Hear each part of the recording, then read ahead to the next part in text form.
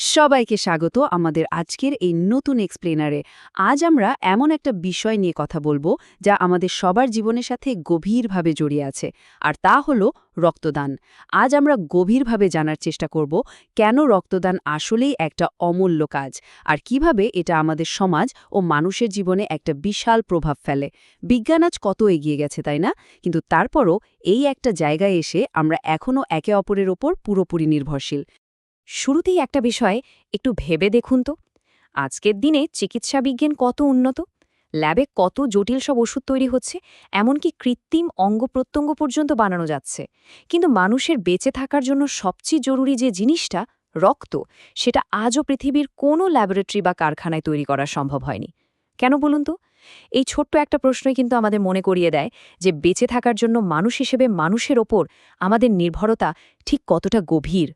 চলুন আমাদের প্রথম পর্বে যাওয়া যাক, মানুষের এক অমূল্য উপহার, আর কেন আধুনিক বিজ্ঞান আজও স্বেচ্ছায় রক্তদাতার উপর নির্ভরশীল। সহজ কথায় বলতে গেলে কোনো ফ্যাক্টরি বা অত্যাধুনিক মেশিন কিন্তু রক্ত বানাতে পারে না। জিরো, একদমই না। মানবদেহ তার রক্তের এই বিশাল চাহিদার জন্য সম্পূর্ণভাবে অন্য একজন মানুষের দেওয়া রক্তের উপরই নির্ভরশীল। আর ঠিক এ কারণেই স্বেচ্ছায় রক্তদান করাটা এত বেশি পাওয়ারফুল আর একেবারে অপরিহার্য একটা মানবিক কাজ। আধুনিক বিজ্ঞানের এই চরম উন্নতির যুগেও যখন রক্তের কোনো বিকল্প আমরা বের করতে পারিনি, তখন একে অপরের পাশে দাঁড়ানো ছাড়া আমাদের আর কোনো উপায় নেই। এবার আসা যাক দ্বিতীয় পর্বে, মুমূর্ষু রোগীদের জীবনরেখা, রক্তের বহুমুখী ও জরুরি প্রয়োজন।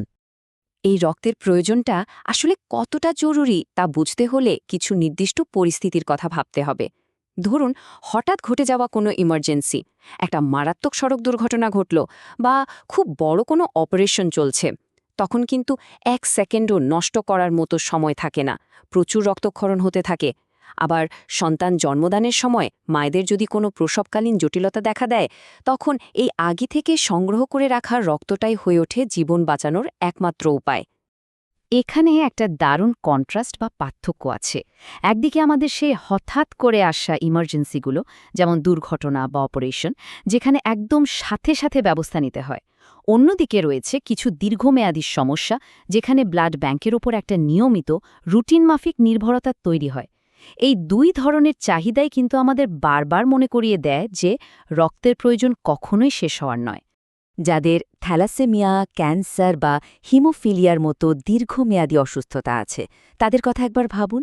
এ মানুষগুলো কাছে নিয়মিত রক্তদান কর্মসূচিগুলোই আক্ষরিক অর্থে বেঁচে থাকার একমাত্র উপায়। থ্যালাসেমিয়ায় আক্রান্ত ছোট্ট বাচ্চাদের প্রতি মাসেই 1 থেকে 2 বার রক্ত নিতে হয়। আবার ক্যান্সার ও লিউকেমিয়ার চিকিৎসায় কিংবা হিমোফিলিয়া রোগীদের রক্ত জমাট না বাঁধার কারণে নিয়মিত রক্ত বা প্লাজমা লাগে। এদের জীবন ব্লাড ব্যাংকের নিরবচ্ছিন্ন সাপ্লাইয়ের ওপর পুরোপুরি নির্ভরশীল। আমাদের তৃতীয় পর্বের বিষয়টা বেশ ইন্টারেস্টিং, রক্তদাতার স্বাস্থ্যগত আশ্চর্যজনক সুবিধা। মানে, অন্যকে বাঁচিয়ে কিভাবে দাতার নিজের স্বাস্থ্যেরও উন্নতি হয়। অনেকেই হয়তো ভাবেন রক্ত দেওয়া মানে শুধুই অন্যের উপকার করা, কিন্তু আসলে এটা একটা বিশাল উইন উইন সিচুয়েশন। আপনি রক্ত দিলে আপনার শরীরের বোন ম্যারো একেবারে ফ্রেশ আর নতুন রক্তকণিকা বানানোর জন্য একটা দারুণ সিগন্যাল পেয়ে যায়।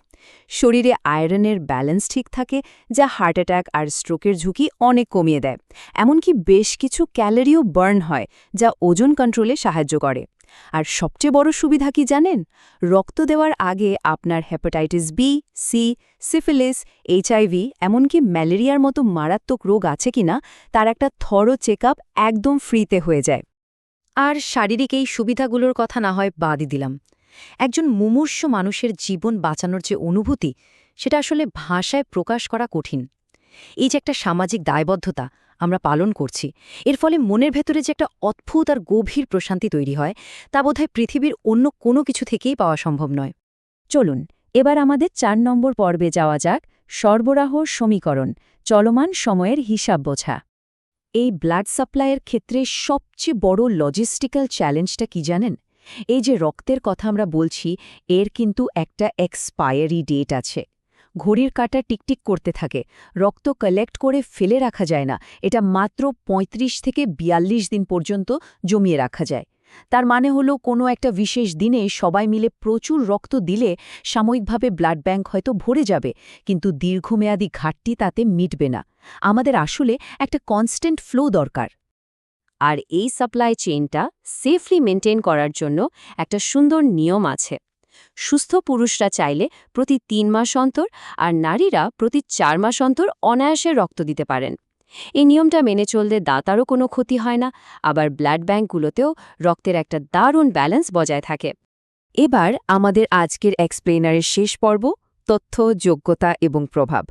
কিছু প্রচলিত ভুল ধারণা ভেঙে একটিমাত্র রক্তদানের আসল ক্ষমতাটা চলুন দেখে নেওয়া যাক। আমাদের সমাজে একটা খুব কমন মেথ বা ভুল ধারণা আছে যে রক্ত দিলে বুঝি শরীর প্রচণ্ড দুর্বল হয়ে যায়। কিন্তু মেডিকেল সায়েন্স কি বলছে? 18 থেকে 60 বছর বয়সী যে কোনো সুস্থ মানুষ নিশ্চিন্তে রক্ত দিতে পারেন। এতে শরীরে কোনো দীর্ঘস্থায়ী দুর্বলতা তো আসেই না, বরং মানবদেহ ম্যাজিকের মতো খুব দ্রুত মাত্র কয়েকদিনের মধ্যেই ওই দান করা রক্তের শূন্যস্থান পুরোপুরি পূরণ করে ফেলে। এবার একটা দারুণ মাল্টিপ্লায়ার বা গুণিতকের কথা বলি। এটা জানলে আপনি অবাক হবেন। আপনার দেওয়া মাত্র 1 ব্যাগ রক্তকে প্রসেস করে এর বিভিন্ন উপাদান যেমন লোহিত রক্তকণিকা, প্লাজমা, প্লাটিলেট এগুলো আলাদা করা হয়। আর এই আলাদা করা উপাদানগুলো দিয়ে অন্তত 4 জন আলাদা আলাদা মুমূর্ষ মানুষের জীবন বাঁচানো সম্ভব। ভাবা যায়, মাত্র একটা সাধারণ কাজ আর 4-4টে প্রাণ রক্ষা। আমাদের আজকের আলোচনার একেবারে শেষে এসে একটা খুব সাধারণ কিন্তু গভীর প্রশ্ন রেখে যেতে চাই আপনাদের কাছে। যদি আপনার করা ছোট্ট একটা কাজ একই সাথে 4 জন মানুষের জীবন বাঁচাতে পারে আর উল্টো আপনার নিজের শরীরকেও আরও সুস্থ করে তোলে, তাহলে আমরা সবাই মিলে এটাকে একটা নিয়মিত অভ্যাসে পরিণত করছি না কেন? এই মহান কাজটাতে বাধাটা আসলে কোথায়? এই চিন্তার খোরাকটা নিয়েই আমাদের আজকের এক্সপ্লেনার এখানেই শেষ করছি। সবাই ভালো থাকবেন, সুস্থ থাকবেন।